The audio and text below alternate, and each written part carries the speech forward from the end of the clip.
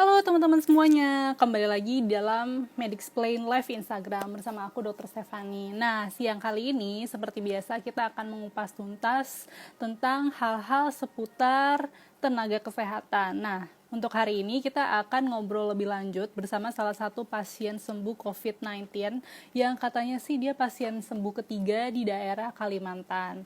Nah, pasti pada penasaran dong teman-teman semua yang profesinya sebagai tenaga kesehatan, gimana sih kita bisa menentukan pasien ini sembuh atau enggak, bagaimana regulasinya dan lain sebagainya.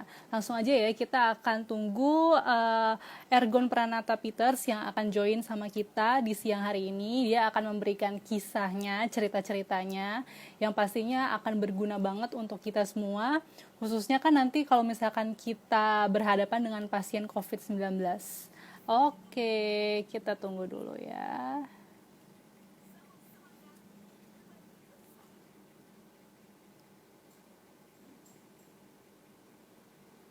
Nah, ini dia.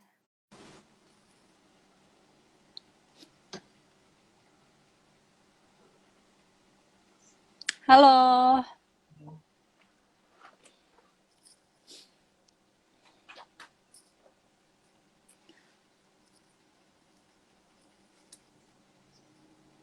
Kedengeran? Suara Kedengeran nggak? kedengeran. Oke, Ada. apa kabar? Sangat baik. Baik ya. Ngapain aja selama ini? Bangun tidur, Sibuk bangun tidur. sibuk apain aja nih Ergon? Oh, sekarang aku tugas di sebuah gereja. Oh, oke. Mungkin boleh diceritain sedikit apa namanya perkenalan kali ya, perkenalan dengan siapa, di mana, tugasnya ngapain aja, terus kemudian apa sih yang ingin di-share untuk teman-teman medicationer di sini? Oke, baik. Selamat siang semuanya. Saya Ergon Siang. Pranata Peters. Sekarang saya bertugas di sebuah gereja sebagai calon pendeta di tempat ini. Saya sudah bertugas selama sekitar 7 atau 8 bulan di Hmm. Palangkaraya, Kalimantan Tengah. Ini bulan ke-8 dan sekarang eh, kondisinya sudah sangat jauh membaik. Gitu kan, saya sudah sembuh, saya sudah eh, selesai dengan semuanya itu. Tapi tetap masih dalam aturan PSBB dan sebagainya macamnya, sehingga sampai sekarang saya belum potong rambut. Pokoknya Oke. juga ya, berbagai aturan lah. Begitu kira-kira perkenalan awalnya. Oke. Nah, kalau boleh tahu kemarin itu dirawatnya di rumah sakit mana sih, Gon? Terus kemudian pulangnya itu kapan? Oke, kemarin dirawat di Rumah Sakit Doris Silvanus Palangkaraya. Masuk Hmm, itu tanggal 17 Maret. Ya, 17 Maret. 17 Iya, Maret. Berarti dirawat di sana selama berapa hari? Berapa minggu? 14 hari. 14 atau 15. 14 14 hari. Oke. Nah, kalau boleh tahu itu berarti rumah sakit rujukan ya yang di Palangkaraya. Iya, hanya kalau nggak salah hanya itu di Palangkaraya rujukannya. Semua pusat di situ. Tapi sekarang udah mulai ada beberapa tempat dibuka sih karena mulai banyak. Oh, udah banyak ya. Berarti pulangnya itu sekitar awal April atau akhir Maret ya? 1 April, tepat 1 April 1 dipulangkan. April. Oke, 1 April. nah mungkin untuk teman-teman medication di sini kan yang mostly kan profesinya kan sebagai tenaga kesehatan gitu kan. Kita juga pengen tahu dong insight-insight dari pasien COVID-19 itu awalnya gimana sih kok bisa sampai memutuskan untuk mau ikut tes dan lain sebagainya gitu. Awalnya gejalanya bagaimana? Oh, jadi aku itu baru pulang dari Bogor. Jadi tanggal 20-an Februari aku Mm-mm. tugas di Bogor ke beberapa Jadi hari dari Bogor. dari Oh, Bogor dari Bogor Bogor, oke. dari Bogor sempat jadi ke Depok dulu, ke Depok lalu ke Bogor tugasnya. Lalu setelah itu pulang itu tanggal 1 Maret sampai di Palangkaraya. Dari Bogor Hmm. akhir Februari sampai sini awal Maret gitu. Hmm. Eh, Terus 15 hari kemudian baru ada gejala-gejalanya. Ada Oh, jadi gejala nggak batuk, langsung ya? nggak langsung. Ada gejala batuk, ada demam juga beberapa hari. Dan itu naik turun. Demamnya naik turun. eh, terus minum paracetamol. Pada akhirnya tanggal 17 langsung memutuskan untuk rumah sakit. Waktu itu belum tahu tuh COVID. Waktu itu sama Iya. sekali belum ada apa namanya pasien. Waktu itu belum ada pasien, nggak tahu ini gejala COVID atau apa, jadi datang ke rumah sakit, dan rumah sakit sudah punya protokol, sudah punya SOP, kalau misalnya ada gejala, jadi sudah di depan rumah sakit itu langsung dicek suhu tubuh dan sebagainya, dan ditanya juga, Bapak dari mana? Bapak dari mana? Terus saya harus jujur juga, dari mana? Saya bilang, dari Bogor. Wah, langsung ditetapkan sebagai PDP.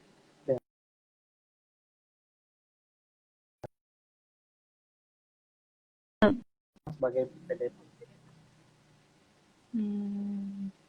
Terus akhirnya saat itu sempat balik ke rumah dulu untuk mengambil barang-barang atau Nggak gimana? Apa langsung saat itu? nggak sempet karena Nggak sempat aku sama pertama sekali ya? ke rumah sakit Siloam karena asuransi Siloam ada ke rumah Hmm. sakit Siloam, tapi Siloam tidak punya apa namanya, tidak menampung pasien COVID. Hmm. Yang menampung adalah yang tadi rumah sakit Doris. Jadi waktu di situ Oke. hanya masuk dalam satu ruangan khusus gitu untuk satu orang, masuk di situ lalu cek toraks, Mm-mm. ternyata ada pneumonia. Nah, karena ada gejala, ada pneumonia, langsunglah diisolasi, dipindahkan malam itu juga ke rumah sakit Doris Silvanus. Oh, jadi saat itu cek toraksnya di rumah sakit Siloam atau enggak? Siloam, Siloam, Oh, di masih di Siloam. Siloam. Oh, jadi saat itu dari Siloam langsung ke rumah sakit rujukan COVID ya. Nah, Iya, terus langsung. sampai saat itu gimana? Kaget nggak? Awal taunya ini tuh COVID itu kira-kira gimana? Dokternya langsung ngomong atau gimana? Jadi pokoknya setelah ditetapkan sebagai PDP, lalu melihat apa namanya baju astronot ADP ADP Mhm. itu pertama kali APD. seumur hidup melihat ya APD, Mhm. pertama kali melihat seumur hidup di depan mata, dan rasanya ada takut juga, khawatir, makanya saya bilang udah saya sembuh saya sembuh, aku udah sehat, sempat nolak juga tapi ya ikuti protokolnya karena ada sudah isolasi, nggak tahu tuh mau sampai kapan, mau sampai berapa lama. Berarti selama 2 minggu itu apa namanya di satu kamar satu orang. Sorry, itu berarti selama karantina di rumah sakitnya atau gimana? Oh, jadi aku kan pasien keempat. Aku Iya. pasien keempat di Palangkaraya. Jadi ruangan itu masih sedikit. Oh, saat Jadi itu masih sedikit ya. satu kamar ya satu kamar satu orang. Satu kamar satu orang. Oh, nggak kedengaran suara aku, Pak. Nah, ini lebih bagus nih. Oke. Jadi satu kamar itu satu orang. Satu kamar satu orang, pemisahnya ya karena waktu itu kalau nggak salah ruangan itu ruangan Mm-mm. flu burung. Ruangan flu burung jadi dipakai Hmm. sekarang untuk COVID. Nah, waktu itu cuma ada Hmm. 4 kamar, satu ruangan itu 4 kamar. Satu Tapi ruangan kamar empat. mandi pun berbagi. Jadi ya masih sangat minim. Nah, sangat minim. Hmm. Dan sekarang sudah banyak ruangannya. Bahkan di luar rumah sakit pun sudah ada yang buka. Bapelkes dan Hmm. sebagainya sudah buka ruangan. Jadi waktu itu sih masih sepi ya. Tapi pas saat karantina itu melihat nggak kayak bertambah gitu, pasiennya bertambah terus, bertambah terus. Iya, aku pasien keempat. Aku nggak terlalu ngikutin sih berapa banyak. Karena waktu itu peningkatannya masih agak lambat. Nggak Hmm. sampai puluhan, belum sampai puluhan. Aku masih dalam, belum sampai puluhan. Jadi nggak tahu perkembangannya. Boleh sih pegang gadget, pegang HP boleh selama di Hmm. isolasi. Bahkan pihak rumah sakit juga menyediakan fasilitas yang cukup baik, TV di tiap kamar, ada TV-nya, lalu AC lengkap dan sebagainya. Tapi aku nggak tahu yang di luar itu gimana. Aku hanya tahu di ruangku ada 4 Hmm. pasien. Aku Hmm. sama satu yang khusus intensif. Jadi 3 ruangan khusus biasa, satu yang khusus intensif, benar-benar semuanya ada alat di situ, oksigen dan sebagainya. Karena di situ yang orang tua dan dialah yang pasien pertama meninggal, itu orang Oh, tua. ada yang meninggal. Saat itu ada yang langsung meninggal juga ya?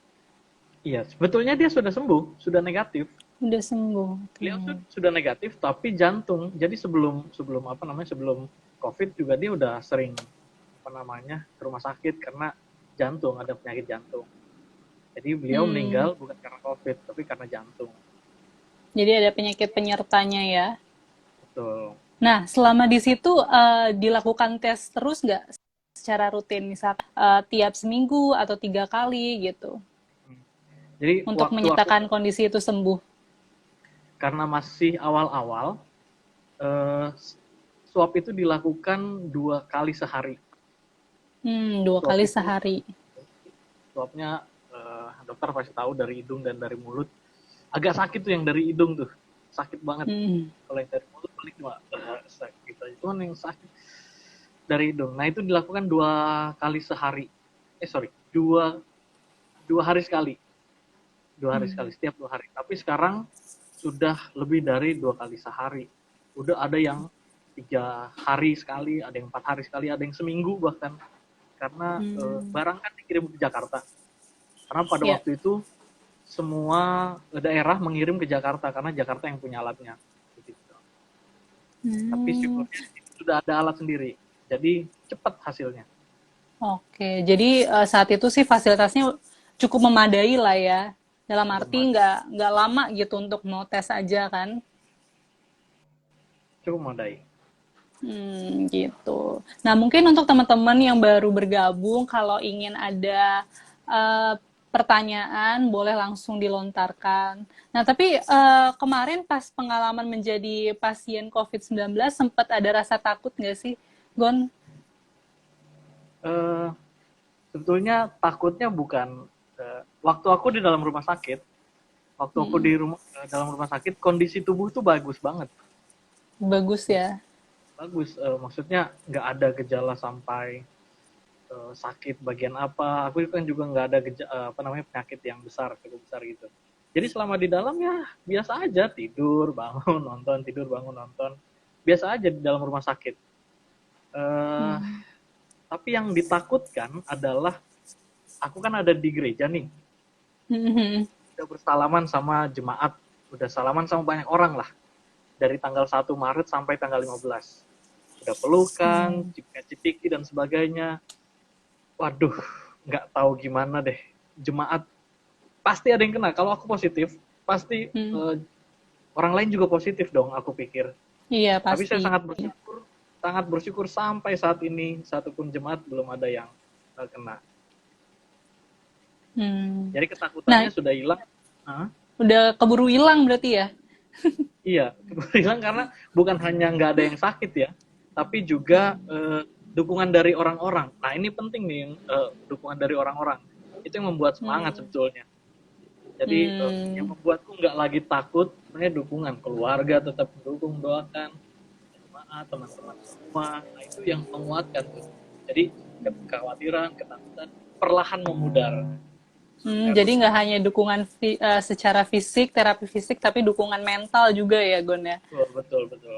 Memang yang utama sih Oke. pasti obat ya. Aku minum obat gitu. Aku harus minum obat. Gitu. Nah, Itu ini yang ada penting. pertanyaan nih, Gon nih.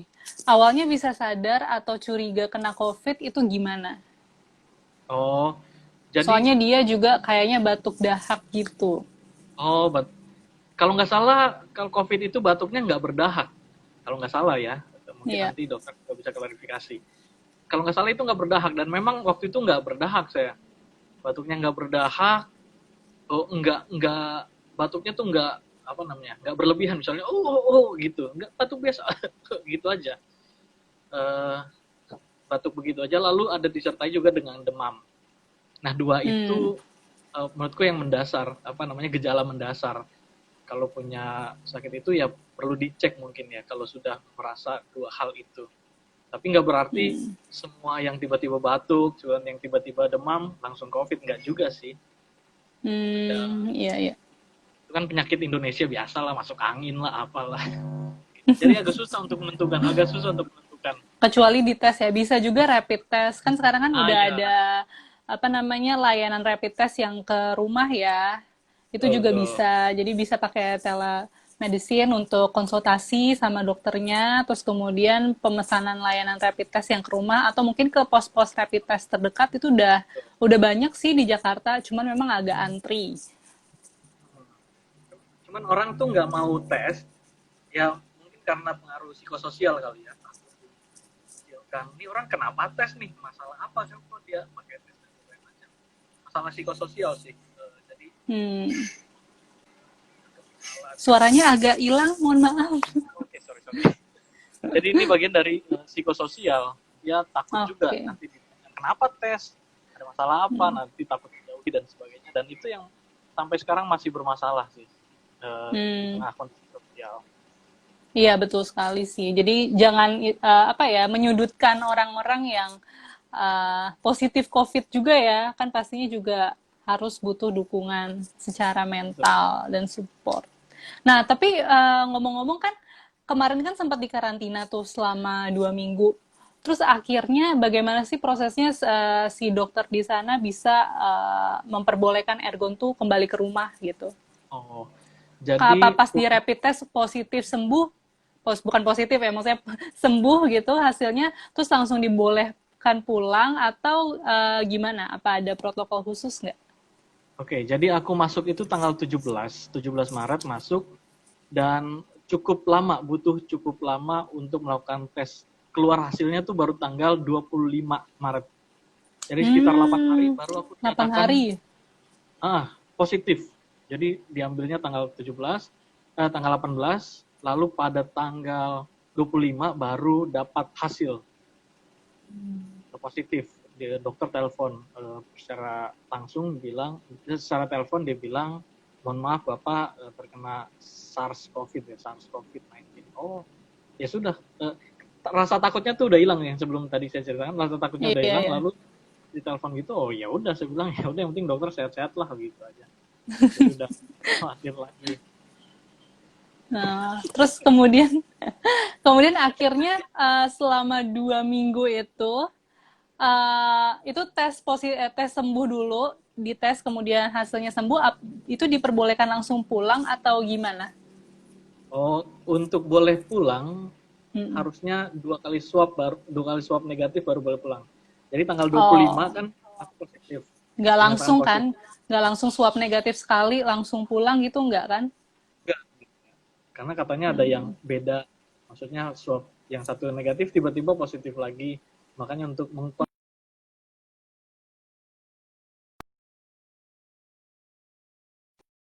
Oke. pada 1 April Itu dokter telepon juga ditelepon sudah. untuk boleh pulang ya? Iya, katanya 2 kali swab sudah negatif, sekarang boleh pulang. Nah, langsung pada hari itu juga, siang itu juga pulang. Tapi sebelum itu, wow, wartawan semua. Jadi Wartawan. karena aku yang sembuh pertama, karena yang pertama itu kan meninggal. Hmm. Aku yang itu pertama sembuh, jadi Mujizat ya berarti langsung. ya.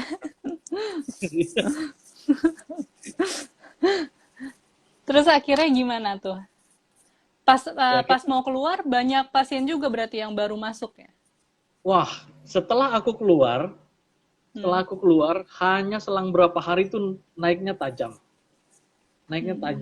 sampai puluhan, bahkan sekarang udah 200 ya, udah 200-an, hampir 250. Naiknya tuh tajam, tetapi tingkat kesembuhannya sedikit.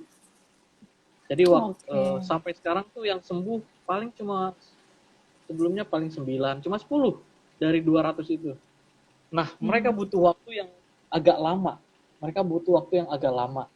Kalau aku 14 hari, ada yang sampai 47 hari. Hmm. Mentorku juga masuk kan, aku di sini punya mentorku masuk juga isolasi, dan baru pulang kemarin-kemarin tuh. Dari Hmm. bulan Maret baru keluar bulan ini, selama 47 hari beliau di isolasi. Lama sekali. Oh, jadi nggak semata-mata harus 14 hari Ya sempat. di situ ya. Iya, Jadi ada bisa yang lebih lebih dari panjang. itu ya. Benar-benar Pak. Hmm. Sekarang pokoknya agak lebih panjang, karena aku tanya dokter spesialis paru juga, dia yang menangani kasus di sini. Dia bilang ada mutasi dan sebagainya, ada beberapa jenis tipe COVID ini. Tapi sekarang udah mulai berkembang lah katanya Iya jenis COVID memang. ini. Memang sekarang sudah mulai berkembang, terus akhirnya yang rentan itu ya yang memang yang usianya lebih dari 40-an ke atas sih ya. Nah, itu dia. Usia 40 ke atas nggak tahu kenapa jadi agak lebih lambat penyembuhannya. Nah, terus kemarin akhirnya dikasih tahu nggak sama dokternya mungkin apa sih yang bisa menjadi faktor bisa akhirnya sembuh gitu? Yang sembuh yang pasti obatnya. Mm-mm. Obatnya tuh gede-gede segede jari segini lah. Mm-mm. Dan dua diminum. Sekali minum dua. Itu obatnya, aduh untuk minum juga sesak juga untuk minumnya. Obat itu menurut saya sangat membantu proses minum obat, terus proses apa namanya tetap tenang, terus dukungan dari orang-orang itu semua tentu membantu sehingga mempercepat proses penyembuhan. Tapi bukan berarti kalau sudah didukung, sudah minum obat, oh pasti dia sembuh cepat, nggak juga. Mentorku udah didukung Hmm. sana sini, tapi tetap lambat. Kita nggak tahu. Kita masih sangat buram kan tentang virus ini. Para Ya, ahli aja betul. masih berkutat, gitu ya, apalagi kita, saya gitu yang awam. Oh. Nah, tapi kan sekarang kalau di Jakarta tuh kan apa ya, eranya tuh orang-orang malah menghindari yang namanya rumah sakit nih, Gon. Sedangkan kan waktu itu kan kamu kan ke rumah sakit kan masih awal-awal banget gitu kan, supaya bisa tahu nih deteksi dini ini COVID atau bukan gitu. Nah, menurut Ergon sendiri gimana? Lebih mending karantina di rumah aja atau di rumah sakit? Terus kira-kira bedanya apa sih? Lebih ya kalau bisa di rumah kenapa enggak gitu ya. Tetapi aku mau bilang teman-teman kalau di rumah sakit itu enggak semengerikan yang kelihatannya kok. Nggak Isolasi di semengerikan rumah yang sakit tuh kelihatannya ya. enggak enggak seserem isolasi. Wow, pikirkan kita aduh isolasi di rumah sakit, ruangan tertutup, nggak bisa akses dari mana-mana. Tapi selama di rumah sakit tuh menyenangkan sebetulnya. Agak ada dampak-dampak menyenangkannya lah. Menyenangkannya ya Hmm. bisa istirahat, terus juga selama di rumah sakit itu apapun yang kita butuhkan, kebutuhan utama itu ada. Makan selalu ada, snack dan sebagainya macamnya ada di rumah sakit. Bahkan Hmm. beberapa, bukan rumah sakit ya, ada beberapa rumah rujukan, tempat Iya. rujukan ada wifi-nya. Jadi Oh. di rumah sakit jangan anggap aduh nantinya. Memang sih pasti ada dampak psikologis saat kita ketemu setiap kali orang pakai APD, setiap hari tuh masuk 3 kali sehari mereka pakai APD. Tapi kalau lama-lama punya hubungan baik ya ngobrol-ngobrol aja. Jadi mereka Hmm. pun nggak kayak menganggap kita apa orang yang harus dijauhi. Mereka perawat dan dokter pun sama-sama walaupun APD yang lengkap, kita tetap bisa ngobrol-ngobrol gimana sih ngomongin yang pasien inilah, ngomongin apalah dan sebagainya. Tetap bisa. Jadi eh, tidak semengerikan itulah berada di ruang isolasi. Dan beberapa orang yang masuk isolasi juga mengatakan bahwa ya memang batasannya adalah kita nggak bisa bertemu dengan orang. Toh sama aja kalau kita di rumah saat ini kan kita nggak bisa bertemu dengan orang. Soalnya kalau Hmm. enak di rumah ya ada keluarga yang bisa urus, ada yang memperhatikan lebih lah dibandingkan kalau misalnya para perawat-perawat dan dokter kan punya batasan-batasan khusus untuk perawat. Nah, kalau keluarga kan kita enak aja ngomongnya, minta Iya. ini, tuh kalau di rumah. Tapi ya jangan anggap mengerikan lah di rumah sakit. Isolasi di rumah Jangan. juga, isolasi di rumah bisa. Tapi benar-benar di kamar ya. Masalahnya adalah kalau misalnya kita nggak tahan mau keluar kamar lah. Soalnya ada yang sudah positif tetapi diizinkan di rumah karena nggak ada Hmm. gejala. OTG, OTG. Hmm. Gejala boleh di rumah, tapi benar-benar di kamar. Benar-benar ke toilet pun harus direct lah langsung ke toilet kamar, nggak bisa kemana-mana. Itu butuh kesabaran sih, itu butuh kesabaran. Kesabaran. Jadi kemarin tuh bener-bener di satu ruangan aja ya. Bener-bener ke lobby juga nggak bisa, kayak itu juga nggak bisa ya. Nggak bisa. Dari kamar cuma direct bisa ke kamar mandi, ke kamar Hmm. mandi kan. Jadi ada juga ruangan yang sudah ada kamar mandinya sendiri gitu. Itu lebih enak Oke. tapi lebih tersendiri. Kalau yang di ruanganku kan bisa ketemu orang lain nih. Hmm. Maksudnya di ruang sebelah mereka pakai kamar mandi yang sama, bisa ketemu. Memang nggak boleh ngobrol, cuman ya bisa say hi hi, oke. Kalau di kamar sendiri, kamar mandi sendiri agak membosankan juga. Oke. Nah, terus kemarin tuh akhirnya gimana sih Gun? Kan kemarin tadi kan Ergun sempat cerita diwawancarain juga sama wartawan. Nah, itu kira-kira apa sih yang ingin mereka perbandingkan gitu? Bandingin dengan Jakarta mungkin atau di Palangkaraya gitu. Apa sih yang mereka pengen tanya ke Ergun waktu itu? Oh, sebetulnya yang dicari wartawan pasti informasi ya. Informasi Hmm. dari mana dapatnya, lalu berapa lama di rumah sakit, bagaimana, pokoknya informatif lah yang mereka cari.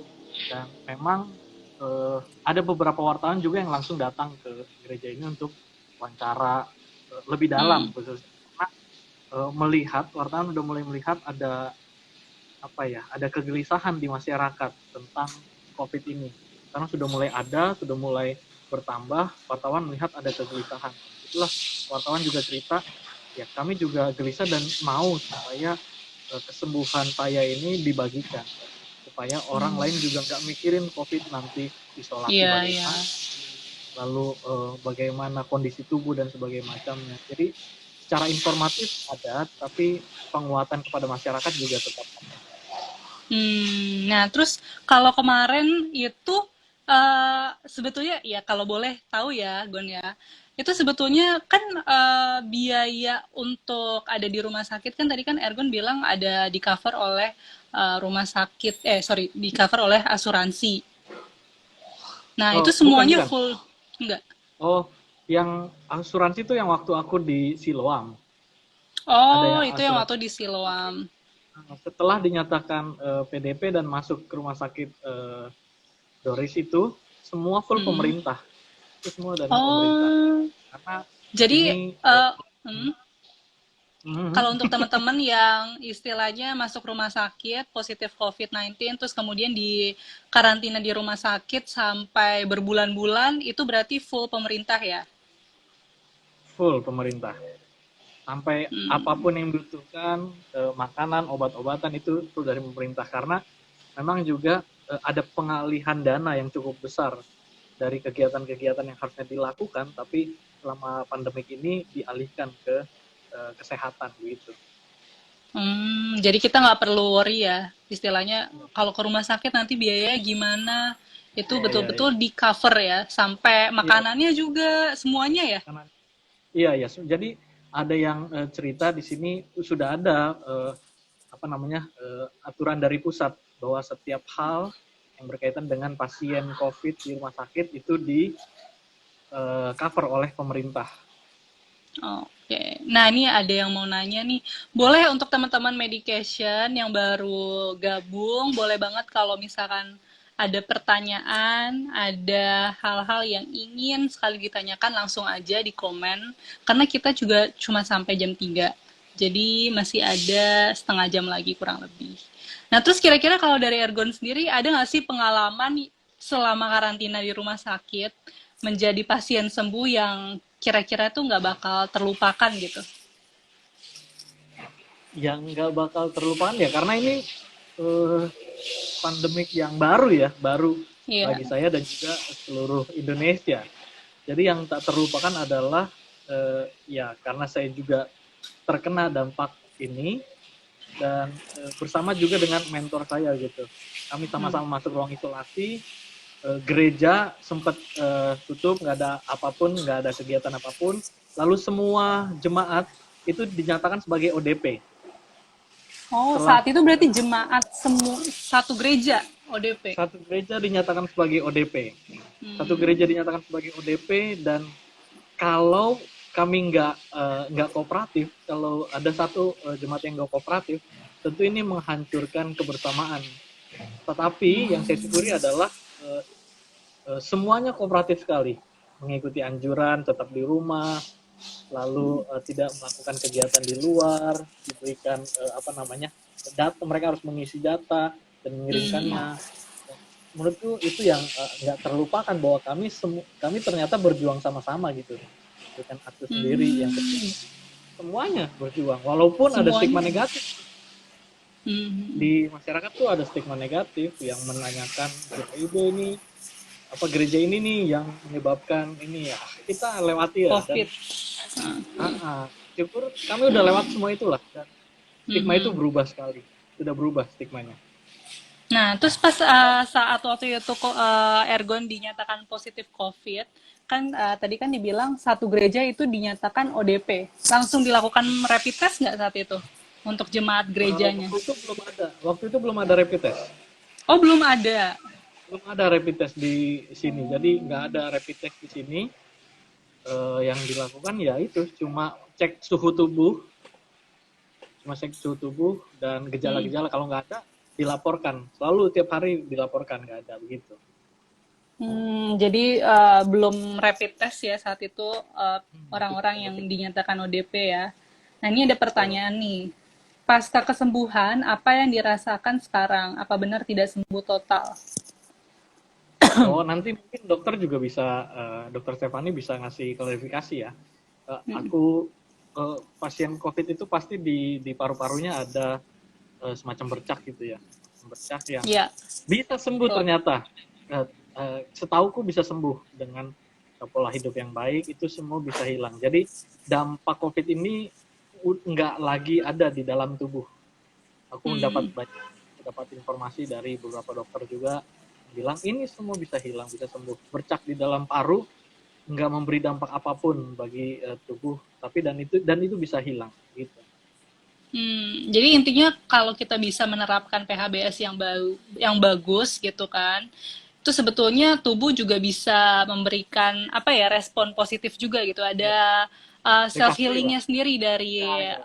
tubuh kita sendiri gitu. Tergantung dari apa yang kita makan, nutrisi, terus kemudian visi kita, dan kalau bisa tanpa ada penyakit penyerta kayak misalkan diabetes ya, terus kemudian hipertensi, jantung. Nah, itu kan yang eh, penyakit-penyakit yang juga kalau ada di pasien COVID-19 itu akan menjadi orang yang punya resiko tinggi gitu untuk kematian ya gitu. Nah, ini hilangnya apa dengan mengkonsumsi obat? Sebenarnya Dokter bisa jawab. Sebenarnya kalau sampai hari ini, karena ini penyakitnya juga baru, belum ada obat yang secara ilmiah itu, dalam jurnal ilmiah tuh belum ada yang dinyatakan ini obat ini untuk COVID-19 gitu. Obat-obat yang diberikan pasti yang kemarin pas Ergon makan itu obat itu hanya berfungsi untuk menurunkan gejala. Misalkan kalau demam, berarti apa namanya diberikan obat penurunan gejala untuk demamnya. Kalau pilek atau batuk dan lain sebagainya itu tergantung gejala, dan obat-obatnya itu yang selama ini diberikan ya kalau nggak antivirus ya ini anti nyeri gitu, tergantung gejala. Tapi kalau untuk menghilangkan si COVID-19 ini sama sekali belum ada, dan vaksinnya juga masih dalam tahap pengembangan gitu. Yang bisa kita lakukan itu adalah self recovery. Jadi kalau imunitas kita bagus dan ternyata tadi seperti Ergon tadi hasil tesnya itu positif 2 kali, itu kita bisa simpulkan kalau apa ya respon tubuh imun kita itu bisa mengeliminasi si virus itu sendiri gitu. Ya nggak Gon? Betul sekali, Ibu Dokter. Nah, ini boleh, boleh. Kalau teman-teman ada pertanyaan, boleh langsung ditanyakan terkait gimana cara recovery-nya kemarin, terus pola hidup sehat apa yang dilakukan sama Mas Ergonnya, mumpung ada pasien sembuh nih saat ini, ya kan? Nah, terus kemarin, Gon, ketika kembali ke rumah, itu tetap dikarantina lagi berarti ya?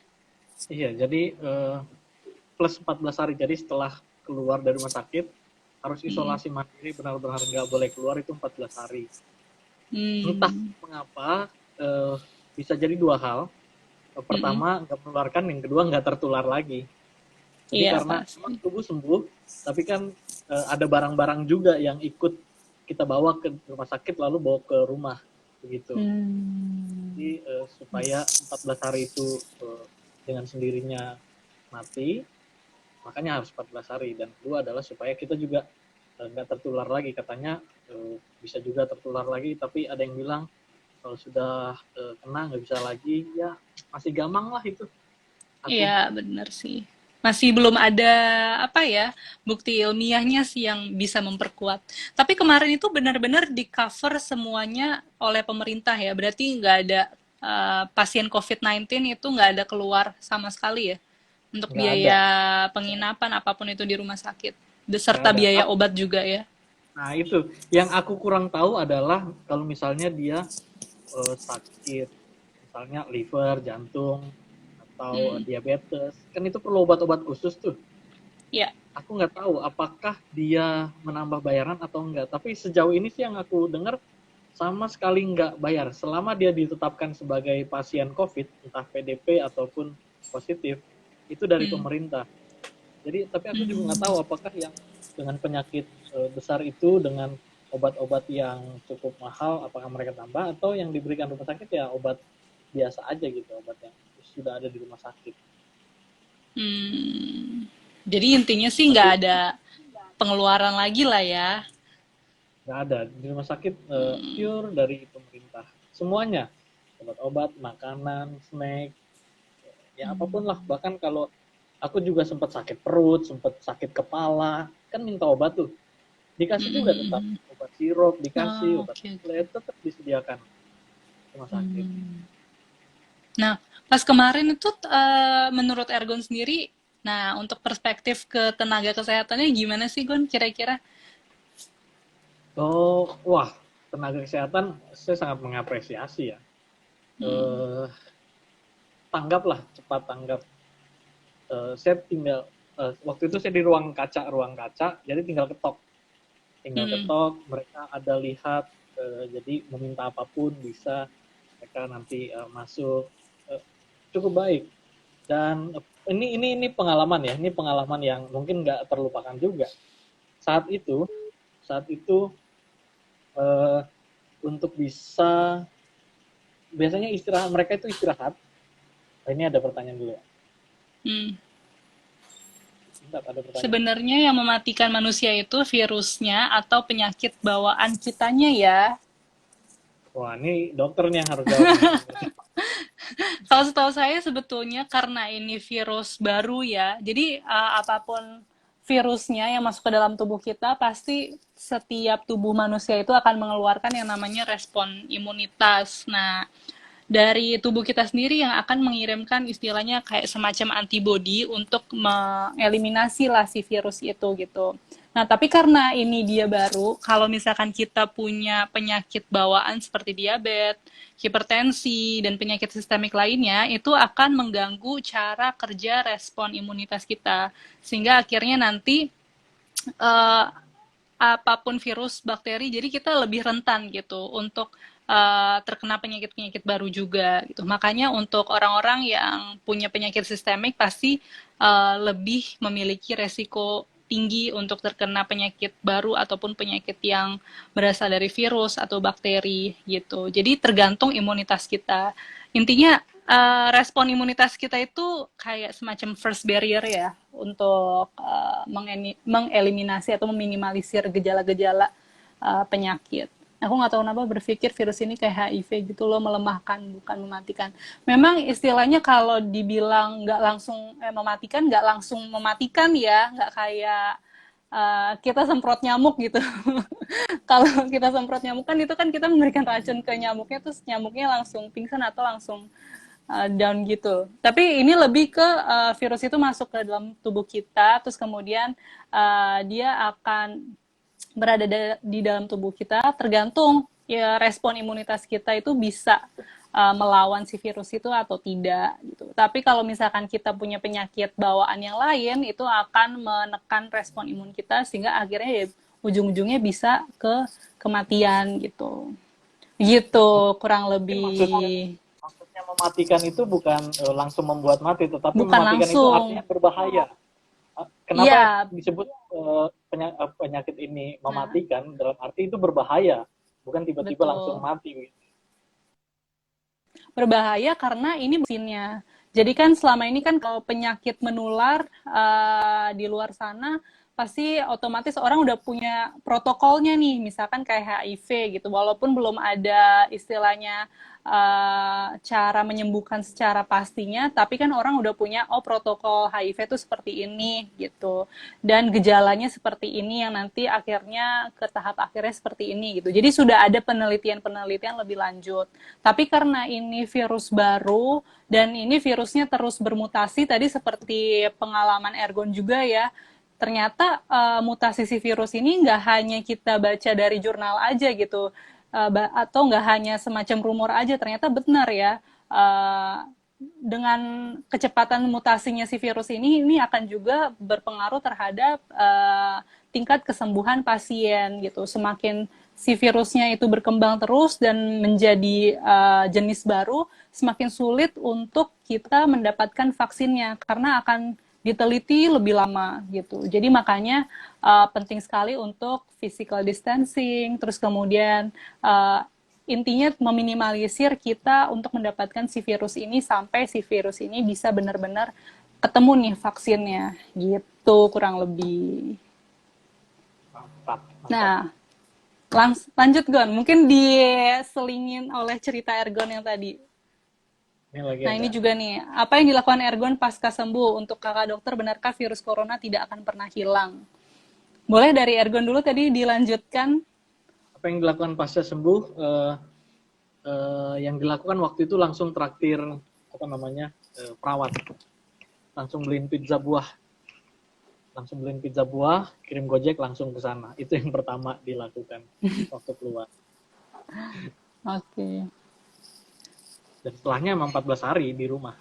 14 hari di rumah ya. Jadi benar-benar nggak bisa ini juga ya, pesan makanan online juga ya berarti ya. Kan nggak boleh kontak. Oh, tetap pesan. Enggak begini ceritanya begini. Gimana tuh? Di sini ibu-ibunya sangat baik hati dan luar biasa. Sehingga selama 14 hari mereka selalu datang bawakan. Pagi, siang, malam mereka bawakan selama 14 hari. Sehingga terjagalah saya di tempat ini. Oh, jadi nggak perlu yang pemesanan online ya, makanannya ya langsung terjaga sama Langsung dari ibu-ibu ibu-ibunya. sekitar. Bukan pesan online ya, bukan pesan online. Mereka datang sendiri, masakan sendiri. Makan rumah. Kayaknya Kak Ergo ini kesayangan ibu-ibu ya berarti ya. Bukan kesayangan. Oh, bukan kesayangan. Iya, bercanda. Oke, ini tadi pertanyaannya. Untuk Kak Dokter, benarkah virus corona tidak akan pernah hilang? Sebetulnya kalau kita bilang tidak akan pernah hilang, ya belum tentu juga gitu. Cuman kan orang-orang kan memberikan prediksinya masing-masing berdasarkan gejala, fenomena, hasil kajian terhadap pasien-pasien yang terkena dampak COVID-19 dan juga yang sembuh gitu. Jadi kan kayak misalkan contohnya Ergon.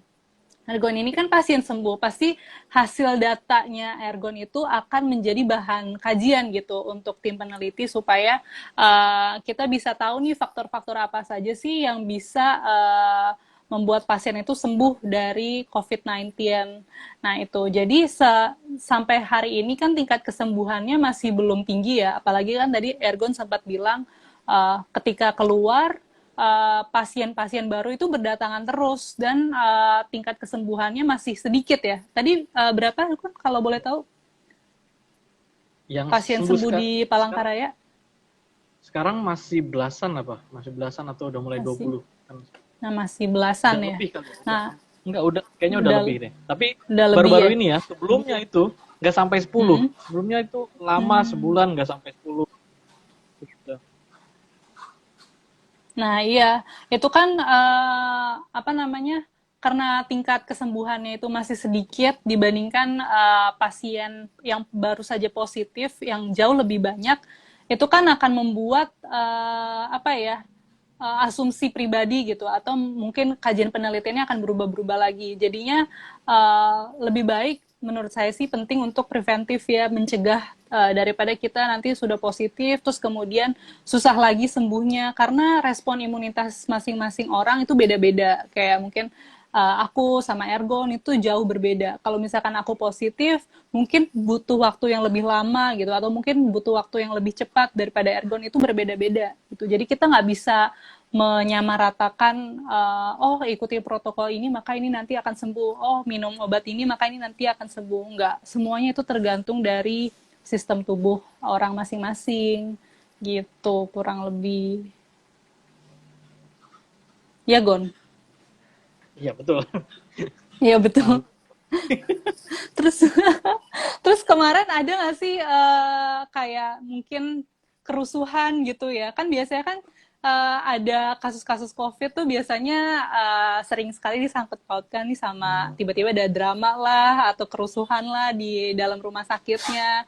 Kayak di Jakarta ada salah satu mall yang jadi trending topik itu karena dia membuka mallnya padahal masih dalam aturan PSBB. Terus akhirnya kan jadi kerusuhan tuh. Nah kalau di sana ada nggak sih Gun? Di sini nggak ada sih. Syukurnya nggak ada kerusuhan apa namanya penjarahan.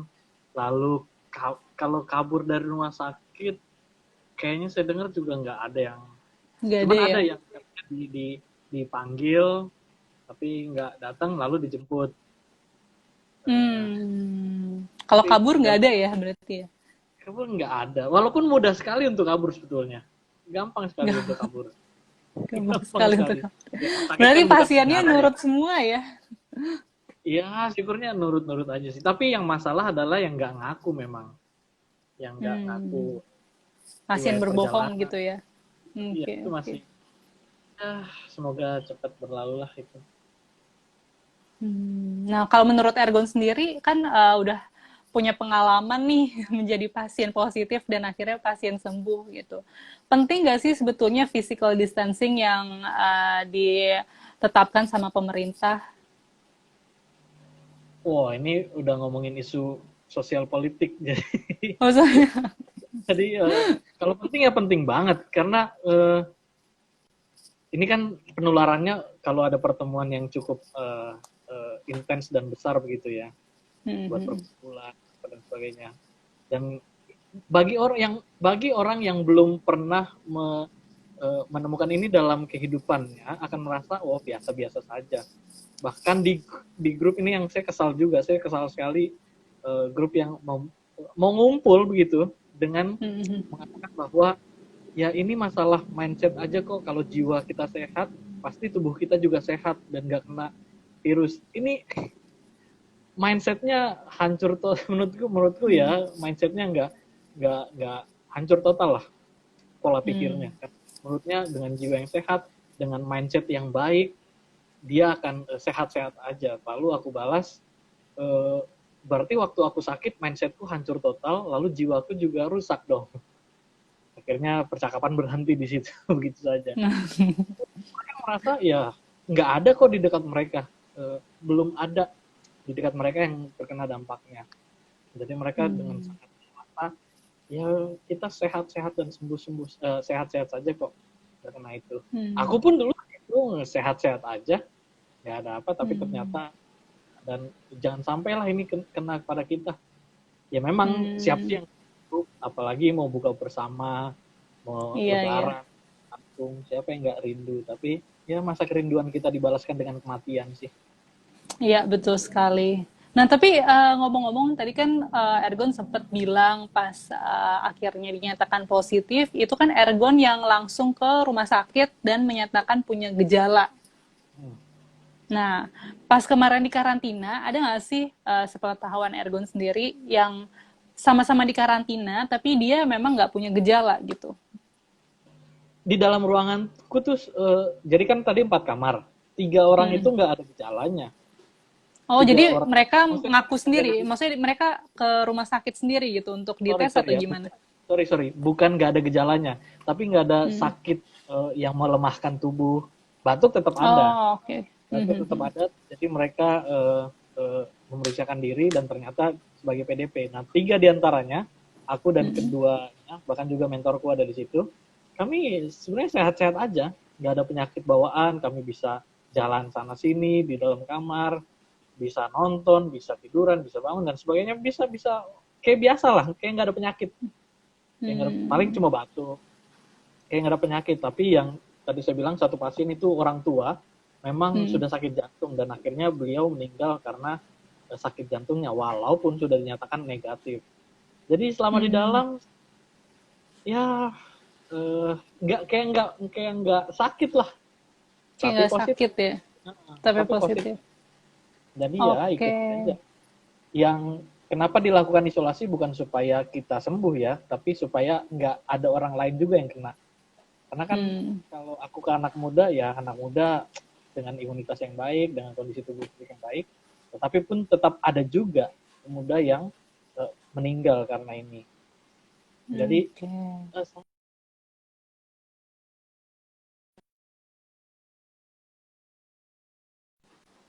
bahas sesuatu yang kita apa namanya seorang yang merasa tahu banyak lalu melakukan aktivitas seperti biasa, ya karena ketidaktahuan kita janganlah seperti itu. Hmm. Betul banget, betul banget. Apalagi kan sekarang tuh udah mau Lebaran ya, banyak Ya, orang-orang yang udah mulai nggak betah, tidak menerapkan physical distancingnya, jadi udah kemana-mana, kayak di pasar itu udah pada rame tuh semuanya tuh. Nah, kira-kira kalau dari Ergon sendiri ada pesan nggak sih untuk teman-teman di luar sana yang tidak menerapkan physical distancing? satu aja lah, jangan satu aja, Jangan. jangan kayak gitulah, udah gitu. Nggak bisa lagi, banyak orang sudah memberikan saran, ya aku cuma bisa bilang janganlah, jangan, Hmm, hanya cuma bisa mengatakan itu. Karena udah oke. banyak sekali Najwa Shihab, beberapa tokoh-tokoh sudah menyatakan kalau bisa jangan, dengan berbagai macam perspektif. Toh masih ada juga yang kayak gitu. Sekarang saya cuma bisa bilang, Hmm, udahlah, janganlah, jangan jangan cobai dirimu sendirilah, merasa diri oke. kuat, gitu, gitu aja. Oke, sekarang tinggal 5 menit lagi. Mungkin untuk teman-teman yang baru join dan ingin mengajukan pertanyaan, boleh banget langsung ditulis di komen. Sembari kita masih mengobrol-ngobrol dengan Mas Ergon Peters, salah Oh. satu pasien sembuh bukti mujizat ya. Kalau ngomongin masalah mukjizat atau keajaiban ya, eh, Iya. mukjizatnya itu bukan aku sembuh. Oh ya, apa itu? Itu menurutku ya pekerjaan Tuhan juga, tapi itu bukan mukjizat yang aku pikirkan ya. Mukjizat terjadi, tahu nggak pas kapan? Pas kapan? Mukjizat terjadi waktu aku bangun pagi, lalu baca WhatsApp. Itu mukjizat tuh. Dan isi WhatsApp adalah semua dukungan dan doa. Hmm, Saat itu juga aku udah mulai hilang semua kekhawatiran dan semua ketakutan. Karena oke, berarti semalamnya, waktu semalam tuh aku sangat kepikiran dengan jemaat, sampai aku panas dingin, keringetan, lalu agak sempat sesek juga, lalu aku ketok jam 2 pagi, suster masuk dengan dokter jam 2 lalu pasang oksigen. Besoknya baca WhatsApp dukungan itu, wah itu beban dalam diri itu hilang, dan itu mukjizatnya. Mukjizatnya adalah hmm, ketika Tuhan menyuruh semua umatnya untuk saling memberikan dukungan. Oh, itu mukjizat banget ya. iya sih. Jadi yang terpenting itu bukan obatnya ya, tapi malah dukungannya ya. Apalagi kan Ya. untuk eh, apa namanya kondisi mental, baik itu untuk tenaga kesehatannya, pasiennya, pokoknya semua yang terlibat ya di COVID-19 ini. Soalnya banyak juga nih teman-teman tenaga kesehatan di luar sana tuh yang memang jadi garda depan, itu udah mulai capek gitu ya, udah mulai mengeluh, udah mulai pasrah pas melihat keramaian itu udah ada di mana-mana, tidak ada PSBB lagi, tidak ada physical distancing. Itu sih yang cukup prihatin ya. Hmm. Nah, ini ada pertanyaan lagi nih, Goni. Gimana Kak pelonggaran PSBB menurut kakak-kakak sekalian? Ya, banyak lah yang punya opini, bisa dicari juga opini-opini masing-masing yang punya kapasitas di dalamnya. Kak Timothy Anderson. Banyak orang yang punya perspektif tentang PSBB ini. Dan Hmm, bagaimana kita memilah dan milihnya ya tergantung kita. ya. benar. Sebenarnya memang kalau misalkan PSBB masih terus berlangsung pasti akan berdampak ya untuk ekonomi juga, Iya, untuk tingkat kesejahteraan masyarakat juga, sekolah juga pada terganggu, aktivitas iya, kerja juga pada terganggu. Tapi kan intinya sebetulnya bukan aturan PSBB dilonggarkan atau enggak. Toh masih PSBB juga udah ada keramaian gitu. iya, Apalagi di Jakarta ya, itu yang dia. notabene-nya tuh Itu pusatnya dia. Itu dia. pemerintahan, pusatnya bisnis, semuanya di Indonesia di Jakarta gitu. Iya, Nah, itu udah mulai terlihat sih keramaian di mana-mana, apalagi masih dalam PSBB. Intinya sih, kalaupun PSBB ini dilonggarkan, ya udah tanggung jawab masing-masing sih, bagaimana caranya supaya kita bisa menjaga daya tahan tubuh kita, at least supaya meminimalisir kontak dengan COVID-19. Karena yang jadi masalah itu bukan kita positif atau enggaknya juga, tapi adalah recovery ya setelah itu gitu. Itu yang susah. Terus bagaimana kita juga kalau misalkan positif bisa menularkan ke orang-orang yang rentan, itu yang apa ya, yang cukup penting gitu. Kalau di sini kan Ergon kan bertanggung jawab sekali nih, pasien yang sangat-sangat bertanggung jawab. Udah ada gejala, punya kesadaran tinggi, langsung cek ke rumah sakit, betul-betul punya kesadaran yang tinggi betul. sekali, tidak melawan, tidak istilahnya tidak coba kabur dari rumah sakit ya Gon ya. Makasih banyak, makasih banyak. Iya, Udah, nah ini yang harus dicontoh sebetulnya gitu. Terus kemudian sudah dinyatakan sembuh, tetap karantina 2 minggu di rumah gitu. Kan banyak yang udah sembuh terus kemudian pergi kemana-mana gitu. Nah ini yang harus dicontoh. Jadi untuk teman-teman di luar sana yang mungkin masih belum tahu sebetulnya dirinya tuh positif apa enggak positif, intinya ya physical distancing deh gitu, jangan coba-coba karena nanti in the end yang bermasalah itu bukan hanya sekelilingnya tapi ya diri teman masing-masing, ya nggak Gon? betul sekali. Ini waktu kita habis kah? Oke, baik, terima kasih banyak Ergon untuk waktunya, Makasih banyak juga Dokter sesi Stefani. sharing-sharingnya, semoga bermanfaat untuk teman-teman medication di luar sana, baik yang memang profesinya tenaga kesehatan ataupun yang bukan, intinya tetap semangat. Eh, Semoga pandemi COVID-19 ini tetap eh, tetap lagi cepat berakhir. Selamat menunaikan ibadah puasa untuk teman-teman yang melakukan ibadah puasa. Ini ada komen nih dari si Manung Khalid Johannes. Tolong sering-sering diwawancara si Ergon ya dokter biar makin sehat. Iya, baik. Terima kasih semuanya. Terima kasih Ergon. Banyak. Nanti Selamat kapan-kapan siang. kita gantian ya. Baik. Selamat siang. Bye-bye. Nah,